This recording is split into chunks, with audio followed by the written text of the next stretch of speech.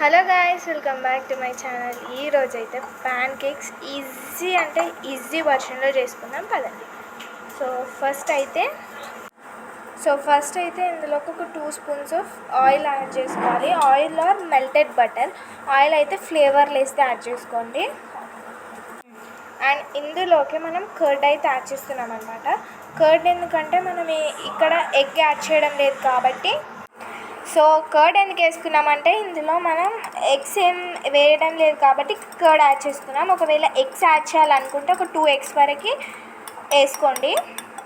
Then ఈ oil ఈ curd మొత్తం మిక్స్ అయ్యేలాగా మిక్స్ చేసుకోండి ఒక 2 minutes. సో ఇందులోకి మనం ఒక 1/2 cup వరకు షుగర్ పౌడర్ అయితే యాడ్ చేసుకుంటాం అన్నమాట. సో ఇవన్నిటిని మంచిగా బీట్ చేసుకోవాలి, షుగర్ పౌడర్ అంతా మిక్స్ అయ్యే వరకు. సో ఇప్పుడు ఇందులోకి లైట్గా సాల్ట్ వేసుకోవాలి. సో ఇప్పుడు ఇందులోకి మైదా ఆర్ గోధుమ పిండి యాడ్ చేసుకోవాలి 1 cup. సో ఇప్పుడు ఇందులోకి ఒక 1/2 tablespoon బేకింగ్ సోడా యాడ్ చేసుకోవాలి. అండ్ ఇందులోకి 2 spoons ఆఫ్ కోకో పౌడర్ అయితే యాడ్ చేసుకోవాలి. సో చాక్లెట్వి కాబట్టి కోకో పౌడర్ అనేది కంపల్సరీ. సో చాక్లెట్ వద్దు అనుకున్న వాళ్ళు నార్మల్ కోకో పౌడర్ స్కిప్ చేయవచ్చు. సో దట్ మనకి నార్మల్ ప్యాన్ కేక్స్ అయితే రెడీ అవుతాయి.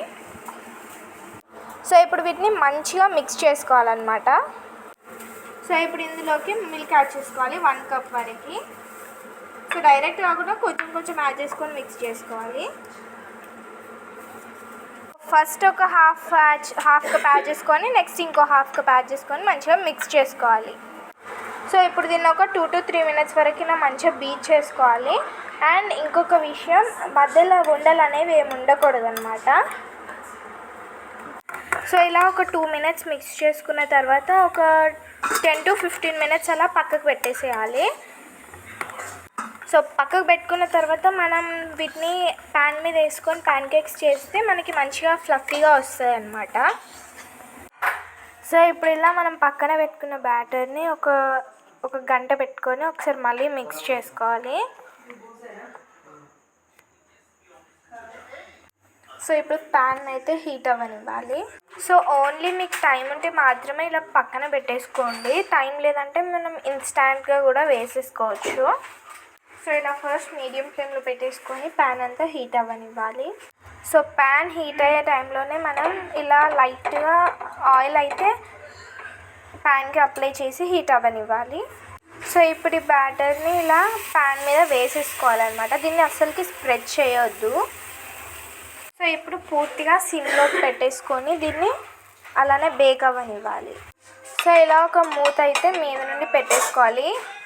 ఒక 2 to 3 minutesలో ఇదంతా మంచిగా లోపల నుండి ఉడుకుతుంది అనమాట.